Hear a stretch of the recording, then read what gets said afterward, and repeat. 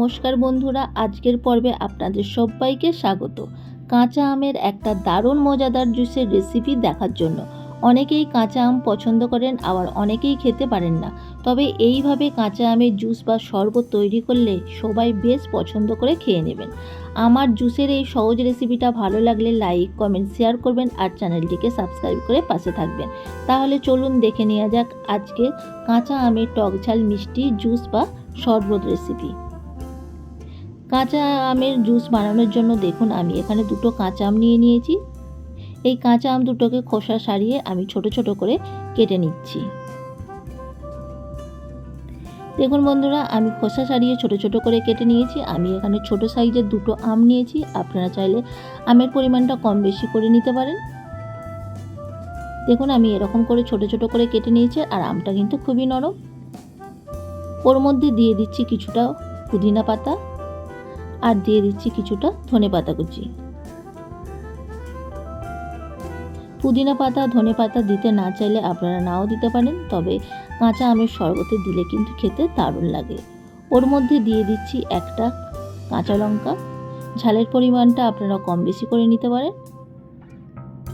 দিয়ে এই সমস্ত উপকরণ একসঙ্গে মিক্সিতে পেস্ট করে নিচ্ছি। একটা মিক্সিং জারের মধ্যে দিয়ে নিচ্ছি আম, কাঁচা লঙ্কা, পুদিনা পাতা, ধনে পাতা।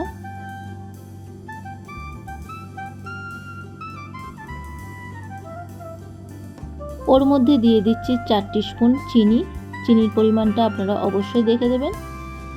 দিয়ে দিচ্ছি হাফ টিস্পুন বিট লবণ, আর দিয়ে দিচ্ছি খুব সামান্য নর্মাল লবণ।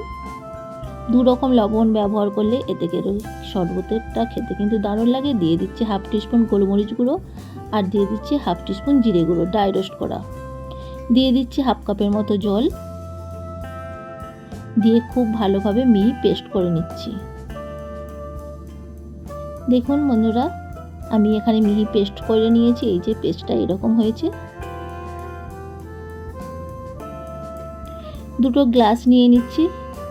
গ্লাসের মধ্যে দিয়ে দিচ্ছি বরফ। এই শরবতটা কিন্তু ঠান্ডা ঠান্ডা খেতে দারুণ লাগে। কয়েক টুকরো বরফ দিয়ে দিচ্ছি দুটো গ্লাসের মধ্যে। দিয়ে ওর মধ্যে ঢেলে দিচ্ছি কাঁচা আমের জুসটা। যেহেতু এটা আমি ঘন ঘন করেছিলাম, সেই জন্য কিছুটা পরিমাণে দিয়ে দিচ্ছি,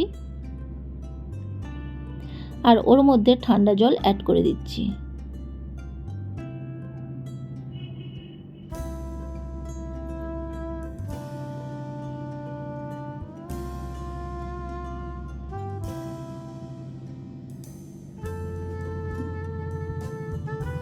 একটা চামচ দিয়ে মিশিয়ে দিচ্ছি, নাড়াচাড়া করে দিচ্ছি। দেখুন কাঁচা আমের জুস কিন্তু একদম রেডি হয়ে গেছে। এটা কিন্তু গরমকালে খেতে কিন্তু দারুণ লাগে। এটা সুন্দর দেখানোর জন্য আমি পুদিনা পাতা দিয়ে সাজিয়ে দিচ্ছি। এই সহজ পদ্ধতিতে কাঁচা আমের শরবত বা জুস রেসিপি আপনাদের কাছে যদি ভালো লেগে থাকে, আপনারা একবার অবশ্যই বাড়িতে বানিয়ে দেখতে পারেন। আশা করি ভীষণই ভালো লাগবে। দেখুন কাঁচা আমের জুস বা শরবত একদম রেডি। আজকের মতো এই পর্যন্ত। ধন্যবাদ।